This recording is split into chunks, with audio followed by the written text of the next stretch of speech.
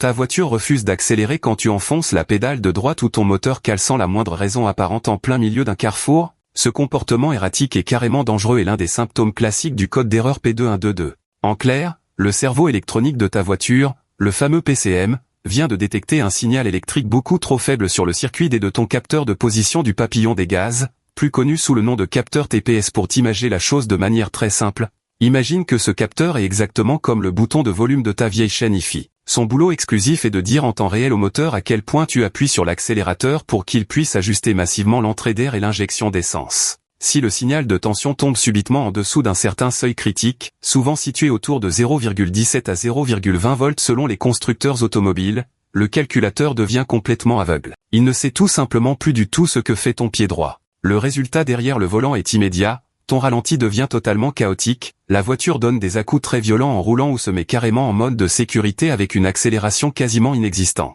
La cause la plus banale de cette panne franchement agaçante, c'est très souvent un simple fil électrique dénudé qui vient frotter contre la carrosserie brûlante du moteur et créer un méchant court-circuit à la masse, ou alors c'est la perte totale de la tension de référence de 5 volts qui est censée alimenter le capteur. Avant de foncer chez ton garagiste ou d'acheter une pièce neuve, sors ton bon vieux multimètre et inspecte méticuleusement la petite prise en plastique et le faisceau électrique qui se trouve juste au-dessus de ton boîtier papillon. Les vibrations intenses du moteur ont une fâcheuse tendance à cisailler les fils avec le temps. Si le courant arrive bien à la prise mais que le capteur ne renvoie absolument rien quand tu manipules le clapet, c'est que sa piste interne est complètement usée et qu'il est définitivement bon pour la poubelle. Fais quand même très attention si tu décides de le remplacer toi-même dans ton garage, car sur pas mal de modèles un peu anciens, tu ne peux pas juste le visser bêtement. Il faut souvent l'aligner manuellement avec une précision d'horloger en lisant la tension en direct sur ton écran pour qu'il soit parfaitement calibré sur sa position de zéro absolu. Si tu négliges cette petite étape de réglage mécanique, ton voyant moteur se rallumera à la seconde même où tu tourneras la clé de contact.